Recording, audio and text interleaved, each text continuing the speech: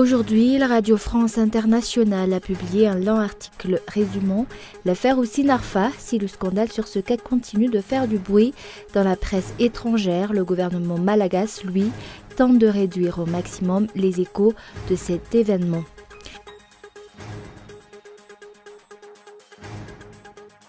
Le retour de l'épidémie de la peste est à craindre, la pollution en est la principale cause et à cela s'ajoute la saison des pluies qui favorise de nombreuses maladies.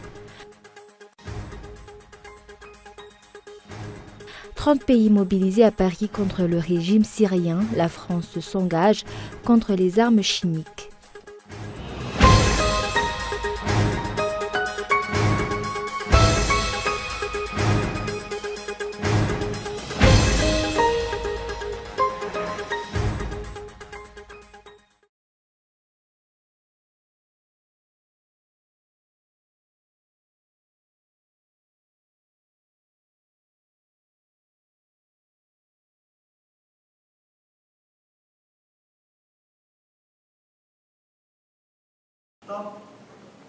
Bonsoir à tous et bienvenue dans ce journal. À la une aujourd'hui, la Radio France Internationale a publié un long article résumant l'affaire Houssine-Arfa. Si le scandale sur ce cas continue de faire du bruit dans la presse étrangère, le gouvernement malagasy, lui, tente de réduire au maximum les échos de cet événement. Reportage. Les déclarations de la ministre de la Justice dimanche dernier, à savoir qu'elle a nié avoir accepté 70 000 € pour aider le fugitif Houssine-Arfa à s'évader, sont les dernières informations reçues sur cette affaire. Depuis, cet événement a été mis en profil bas dans la Grande Île. Ce qui n'est pas le cas à l'étranger puisque le Parisien ainsi que la Radio France Internationale ont publié un article résumant l'affaire Houssine-Arfa depuis son évasion spectaculaire le 28 décembre 2017 jusqu'aux déclarations de la ministre de la Justice malagasy, dernière déclaration reçue dans cette affaire. C'est la procureure qui proposait ces tarifs. Elle n'est pas venue me voir et je ne l'ai pas vue. C'est Ostrom Owens, chef de la brigade criminelle, qui m'a dit « Si tu veux sortir, ça vaut tant, mais je vais négocier avec elle ». Au début, elle avait demandé beaucoup plus que 30 000 €, mais vous savez, pour elle, 30 000 €, ce n'est pas excessif. À certains, elle demande 50 000 €. À la fin, Ostrom m'a dit « Écoute Houssine, elle en veut 30 », a déclaré Houssine-Arfa au journaliste de la RFI. Il a également averti le chef d'État malagasy lors d'une conversation téléphonique avec les journalistes de la RFI, et je cite « Monsieur le Président vous ne mesurez plus les conséquences graves des propos de votre entourage. Je n'ai pas peur d'affronter la justice. Ce n'est pas le cas de votre entourage. » Fin de citation. De nombreuses enquêtes ont été ouvertes du côté malagasy depuis les premières déclarations choc de ce ressortissant français. L'affaire Houssine-Arfa est devenue une affaire d'État. D'une part, une enquête interne au ministère a abouti à la mise en détention de 3 agents de l'administration pénitentiaire, lesquels ont participé au transfert au cours duquel Houssine-Arfa a pu s'échapper. Et d'autre part, le Bureau de lutte anticorruption s'est saisi du dossier. Les résultats de ces enquêtes ont fortement attendu. Toutefois, si cette affaire attise la curiosité de la presse étrangère, à Madagascar, le gouvernement trie sur le volet les médias qui obtiennent des informations sur cette affaire, une manœuvre qui semble couvrir une manière de mettre cet événement sous silence. Et actualité économique, de nombreux points ont été modifiés dans le Code général des impôts pour cette année 2018. Il s'agit notamment des statuts des contribuables. Un exposé a été organisé par la Direction générale des impôts ce jour pour faire ces changements au grand public. Reportage de Muramanch. Une modification des différents statuts des contribuables, une réduction du taux de l'impôt synthétique de 5% à 3%, une réduction sur la pénalité pour ceux qui passent du secteur informel vers le secteur formel. Telles sont les grandes lignes des modifications sur le Code général des impôts pour cette année. Des changements qui s'appliquent de suite. Ainsi, le nombre de contribuables devrait augmenter cette année, surtout en ce qui concerne les établissements disposant de factures réglementaires. Les modifications importantes apportées au niveau de la loi de finances 2018 en ce qui concerne les impôts. Les grandes lignes sont surtout au niveau des seuils d'assujettissement à la TVA et à l'impôt synthétique. Ensuite, il y a également l'imputation, un droit à réduction d'impôt en ce qui concerne l'impôt synthétique quand il y a des factures régulières d'achat de biens, à hauteur de 2% de ces achats. À Madagascar, beaucoup travaillent encore dans le secteur informel. Seuls 27% des personnes morales dans la région d'Analamang et de Diana effectuent le paiement de leurs impôts. Ces changements sur le Code général des impôts ont été portés à la connaissance du grand public aujourd'hui. Et depuis la semaine dernière, la valeur d'un euro varie de 3 920 à 3 975 arrières. La dévaluation de la monnaie malagasy continue par rapport à cette monnaie de référence. Une insuffisance des réserves de devises dans les caisses de l'État malagasy est à l'origine de cette situation, d'après des économistes. Et vers la fin de l'année 2017, la Banque centrale de Madagascar a déclaré que les réserves de devises de Madagascar étaient suffisantes pour une durée de 2 mois et demi. Mais à cause de la hausse du taux d'importation et de la baisse du taux d'exportation faite par la Grande Île, due à l'insuffisance de la production locale et au ravage du cyclone Ava, ces réserves de devises s'avèrent ne plus être suffisantes pour le laps de temps prévu par la Banque centrale de Madagascar. Et toujours sur le plan économique, le prix du riz chez les grossistes commence à se stabiliser. Aucune baisse considérable du prix de cette denrée alimentaire n'a été constatée dernièrement. Toutefois, aucune hausse n'a été notée. Reportage.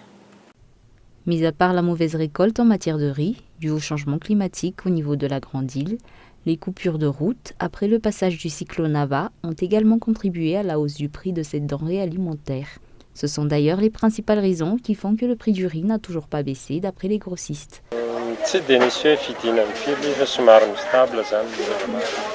Le prix du riz n'a pas baissé, toutefois, il se stabilise. Le prix du kilo du riz dépasse actuellement les 2000 arrières. Le prix du kilo du Varmakaliuk est aujourd'hui à 2360 arrières, celui du Vargas Foods à 2250 arrières, celui du Vargas Main à 2260 arrières et celui du Vargas Mavkel à 2250 arrières. À ce jour, l'approvisionnement en riz dans la capitale est réduit à cause des coupures persistantes des routes. Et avant de passer aux actualités internationales, comme nous l'avons annoncé dans les titres, le retour de l'épidémie de la peste est à craindre. La pollution en est la principale cause et à cela s'ajoute la saison des pluies qui favorise de nombreuses maladies. Reportage de Muramanch. La pollution fait aujourd'hui partie du quotidien des habitants de la capitale de la Grande Île. La population se plaint de l'insuffisance des infrastructures et des équipements destinés à l'assainissement de la ville. Et comme nous sommes encore en pleine saison des pluies, elle craint l'expansion de diverses maladies. Il y a des ordures partout, la peste subsiste. La pollution persiste parce qu'il n'y a aucune véritable prise de responsabilité de la part des responsables. Vu l'état actuel des choses, il est hypocrite de dire que le gouvernement prend ses responsabilités en main. Un cas de peste a encore été notifié à Nkazubé la semaine dernière. La prudence est de ce fait encore de mise. Des communes et des districts doivent encore être surveillés en matière de peste.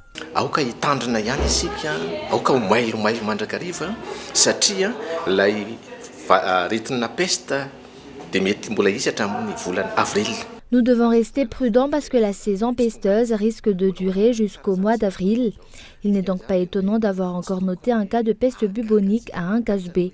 D'ailleurs, quelques districts et communes sont encore étroitement surveillés.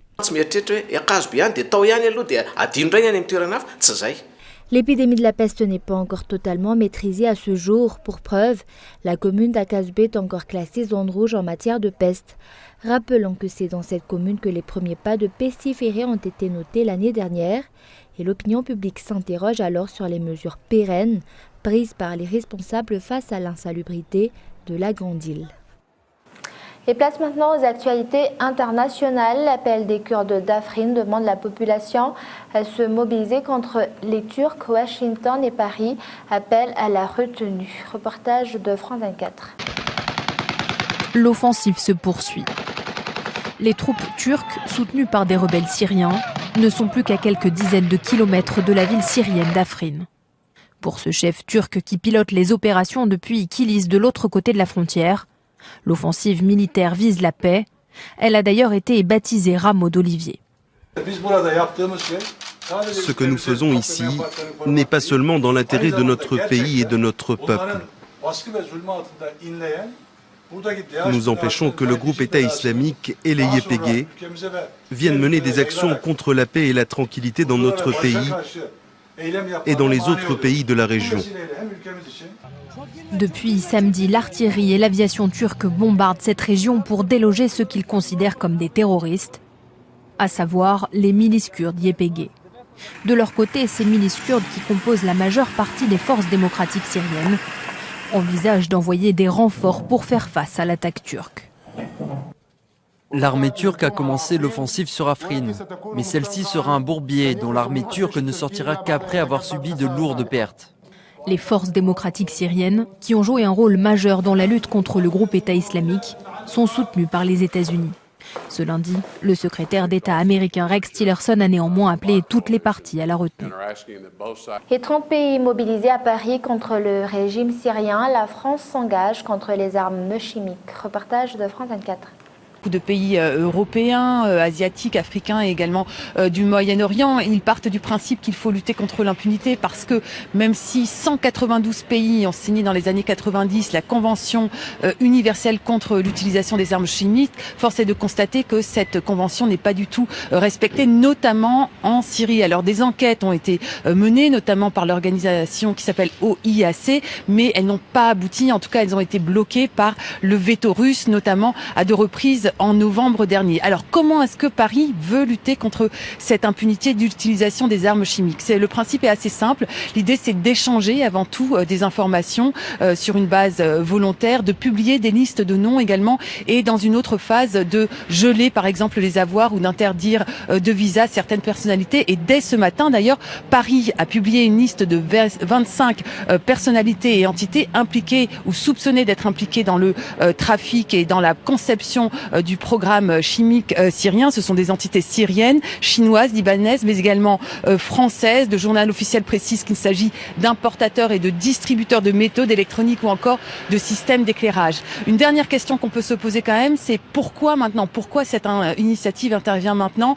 Il faut préciser qu'on rentre finalement dans une dernière phase, ou dans une nouvelle phase en fait du conflit syrien qui est quasiment l'après-guerre, la reconstruction. Et pour le moment, à la fois les Occidentaux, la France notamment, mais également les États-Unis sont plutôt sur la touche. C'est la Russie qui mène le jeu. Il y a d'ailleurs des négociations, des pourparlers qui vont avoir lieu à Sotchi d'ici quelques jours. Et pour la France, c'est une façon de reprendre la main sur ce dossier. Et avant de se quitter, je rappelle les grands points de ce journal. Aujourd'hui, la radio France Internationale a publié un long article résumant l'affaire Houssine Arfa. Si le scandale sur ce cas continue de faire du bruit dans la presse étrangère, le gouvernement malagasy, lui, tente de réduire au maximum les échos de cet événement. Les suites des enquêtes effectuées sur cette affaire sont fortement attendues, d'après le journal quotidien français Le Parisien. Et le retour de l'épidémie de la peste est à craindre. La pollution en est la principale cause. Et à cela s'ajoute la saison de pluie qui favorise de nombreuses maladies. Et enfin, 30 pays mobilisés à Paris contre le régime syrien. La France s'engage contre les armes chimiques. Et voilà, c'est la fin de ce journal. Merci de votre fidélité. Au revoir et bonne soirée à tous.